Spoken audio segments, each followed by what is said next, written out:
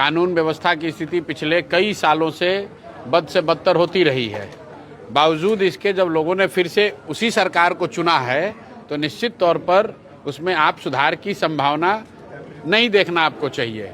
अगर जो गलती हो रही है, जो अपराध हो रहा है, उसके लिए जहां तक हो सकेगा जनसुराज के लोग आवाज़ उठाएंगे।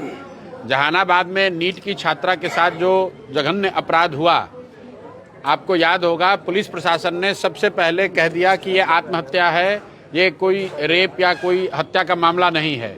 सबसे पहले जनसुराज के लोग, मैं खुद जब उन पीड़िता के घर हम लोग गए, उसके बाद सरकार की आंख खुली, उसके बाद एसआईटी का गठन हुआ, उसके बाद पुलिस के 2 अफसर सस्पेंड किए गए।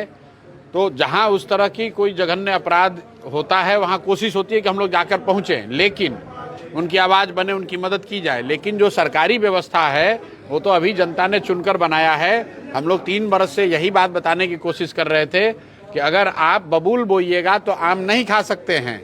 अगर आप एनडीए की सरकार जो आपने चुनी है, जो इस व्यवस्था से आप परेशान थे, जिनके भ्रष्टाचार से, जिनके शासन के दौरान होने वाले अपराध से आप परेशान थे, उन्हीं विधायकों को, उसी सरकार को आप 1-1 लाख 2-2 लाख वोट देकर जिताकर बना दिए, तो निश्चित तौर पर ये स्थिति बदलने वाली नहीं है। स्थिति बदलना है तो लोगों को बदलना होगा। जब वोट देना होता है तो आप वापस उसी को वोट दे देते हैं और फिर समझते हैं कि नई व्यवस्था बन जाएगी। वो तो हो नहीं सकता है। आपने 10,000 रुपये की लालच में या जातियों के नाम पर या हिंदू मुसलमान बन के आपने वोट दे दिया, तो भाई अब 5 बरस आप इस व्यवस्था को झेलना पड़ेगा।